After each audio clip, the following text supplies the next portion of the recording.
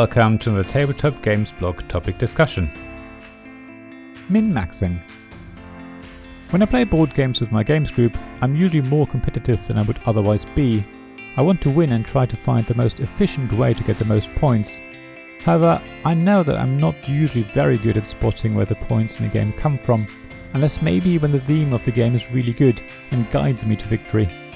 At the same time, others in my games group are usually very good and seem to approach games in a very analytical and victory points focused way. In this article I want to look at how this type of approach might work and see if it'll help me learn anything from it. So I looked at game theory, which is a huge field of study that tries to model the behavior of players in games. It assumes that all players are always making the best choices to get the most points or the best outcome for themselves. It usually focuses on 2 players, but in theory could be extended to an infinite number of players. Game theory is basically all about building decision trees and recording the resulting victory points the players would have after each decision they make. A full decision tree would represent every possible decision of every player and the victory point scores. You could then go to the top of the tree to see which path gives you the most points. In reality, that tree would become very wide very quickly, even in a 2-player game. Also, some games include an element of randomness which will widen the decision tree even further.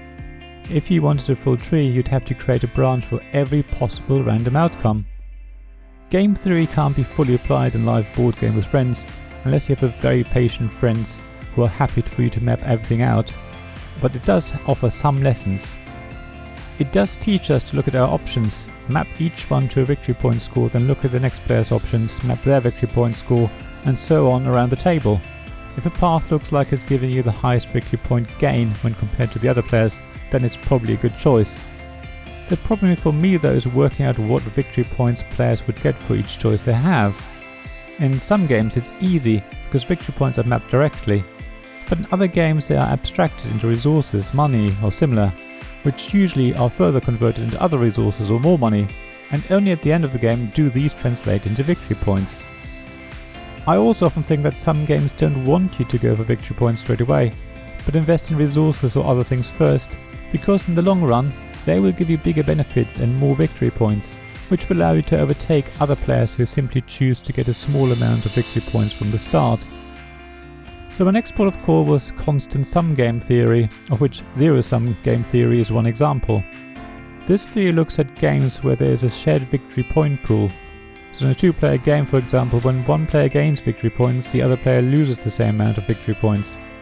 I think it's quickly clear that the sort of games I play aren't constant sum games. Chess is a constant sum game because either player 1 wins, or player 2, or both draw. Poker is another example because the total amount of money stays the same throughout the game, and it just distributed between players. By the way, the min-max theorem, which this article's title references, is found in constant sum game theory.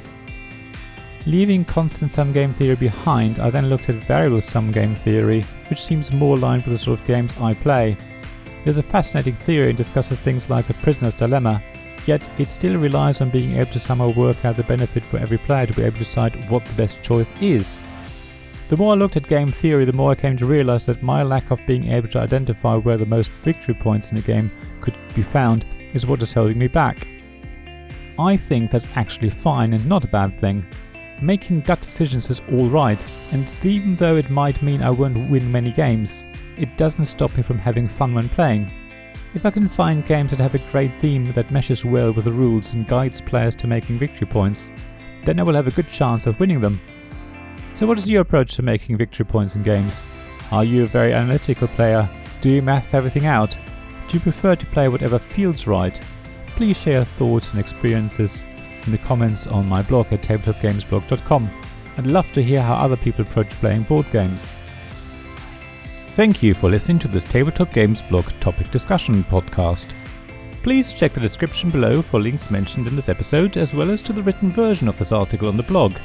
If you enjoyed this episode, please subscribe, give us some stars or leave a review. Please also tell your friends about me, and if you want to offer financial support, check out my Patreon and Ko-fi pages, links to which you'll find in the blog at tabletopgamesblog.com. So thank you again for listening, and I hope to see you again soon.